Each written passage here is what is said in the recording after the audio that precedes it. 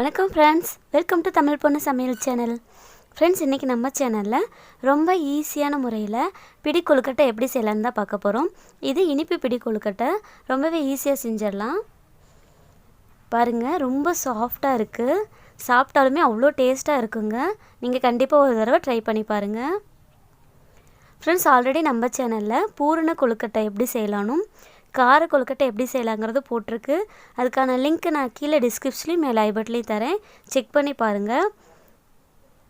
வாங்க இப்போ இனிப்பு பிடி கொழுக்கட்டை செய்யலாம். இது ரொம்ப சுலபமான முறையில் செஞ்சிடலாங்க. இதுக்கு நிறைய இன்க்ரீடியன்ஸ்லாம் தேவையில்லை. இதுக்கு ஒரு 3 பொருள் போதும். மெயின் இன்க்ரீடியன்ஸாக வந்து பார்த்திங்கன்னா கொழுக்கட்டை மாவு இல்லைனா இடியாப்ப மாவுன்னு கடையில் கேட்டு வாங்கிக்கோங்க. அது இல்லைன்னா பச்சரிசி மாவு எடுத்துக்கோங்க. இது நான் 1 கப் எடுத்து வச்சுருக்கேன். நீங்கள் பச்சரிசி மாவு எடுக்கிறதா இருந்தால் அதை வானிலையில் போட்டு வறுத்து எடுத்துக்கோங்க. இப்போ 1 கப் கொழுக்கட்டை மாவுக்கு 3/4 கப் வெல்லம் எடுத்துக்கோங்க. வெல்லம் அதிகமாக பிடிக்கணும்னு நினைக்கிறவங்க 1 கப்புக்கு 1 கப்பு வெல்லம் எடுத்துக்கோங்க. அதோட 1/2 கப் தேங்காய் துருவல் எடுத்து வச்சுருக்கேன். 3 ஏலக்காயை தட்டி வச்சுருக்கேன். கொஞ்சமாக நம்ம நெய் யூஸ் பண்ணிக்க போகிறோம். லைட்டாக உப்பு போட்டுக்க போகிறோம், இனிப்பு எடுத்து கொடுக்கணும் அப்படிங்கிறதுக்கோசரம்.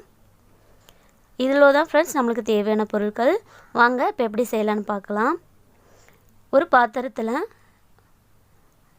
நாம் எடுத்து வச்சுருக்கிற வெல்லத்தை போட்டுக்கோங்க. 3/4 கப் வெல்லத்துக்கு 1 கப் தண்ணி விட்டுக்கோங்க. நிறைய ஊற்றிட வேணாம், நம்மளுக்கு 1 கப்பே அதிகமாக இருக்கும். அது வந்து கொதிக்கிறதுக்குள்ளே நம்ம மாவு செஞ்சுக்கலாம்.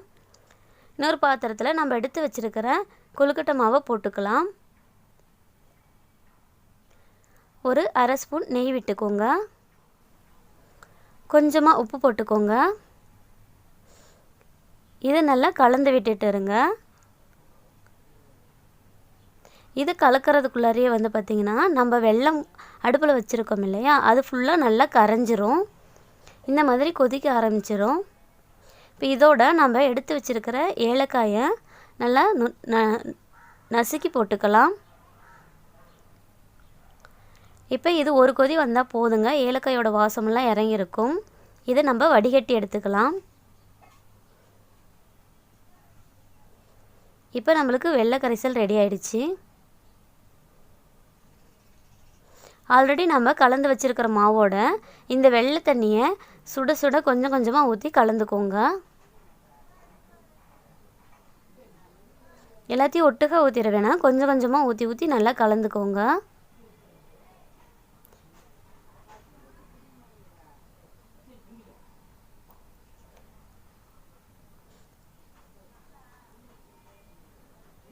ஒரு ஸ்பூன் வச்சோ அல்லது உங்களால் அந்த கை சூடு பொறுக்க முடியும்னா உங்கள் கையிலாலேயோ நல்லா வந்து மாவு பிசைஞ்சிக்கலாம். சப்பாத்தி மாவு பதத்துக்கு பிசைஞ்சிக்கணும்.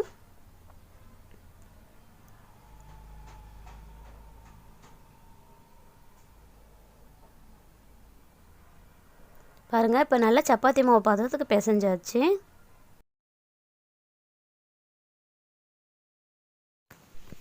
மாவு இந்த மாதிரி கையில் ஒட்டக்கூடாதுங்க.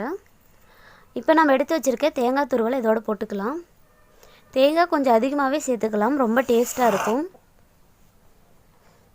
இதையும் நம்ம நல்லா போட்டு மிக்ஸ் பண்ணி எடுத்துக்க போகிறோம். இதை நல்லா பிசைஞ்சிட்டு ஒரு 10 நிமிஷம் இட்லி துணியோ அல்லது காட்டன் துணியோ தண்ணியில் நனைச்சி போட்டு மூடி வச்சுருங்க. அது ஊறிட்டு இருக்கட்டும்.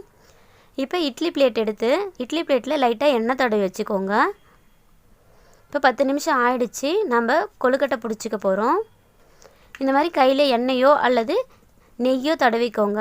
தடவிக்கிட்டு இந்த மாதிரி நல்லா ஒரு உருண்டையாட்டை பிடிச்சி இந்த மாதிரி கையில் நாமினீங்கன்னா கொழுக்கட்டை அழகாக வந்துடும். இதுதான் பாருங்கள், கையில் பிடிக்கிறதுனால பிடி கொழுக்கட்டை அப்படின்னு சொல்லுவாங்க. இனிப்பு செய்கிறதுனால இனிப்பு பிடி கொழுக்கட்டைன்னு சொல்லுவாங்க. பாருங்கள் எவ்வளோ அழகாக கையோட அச்சு அதில் வந்திருக்குன்னு. இதே மாதிரி நம்ம எல்லாத்தையும் ரெடி பண்ணிக்கலாம்.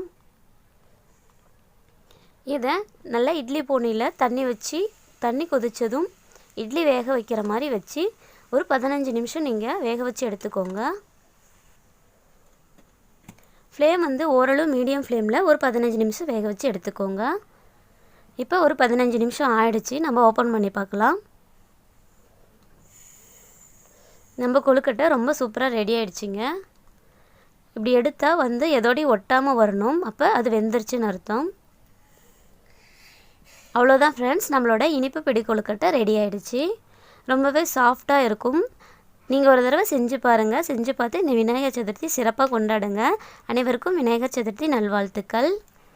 இந்த இனிப்பு பிடி கொழுக்கட்டை மட்டும் இல்லாமல் தேங்காய் பூரண கொழுக்கட்டையும் கார கொழுக்கட்டையும் நம்ம சேனலில் போட்டிருக்கு. அதையும் பார்த்துட்டு அதையும் செஞ்சு பாருங்கள்.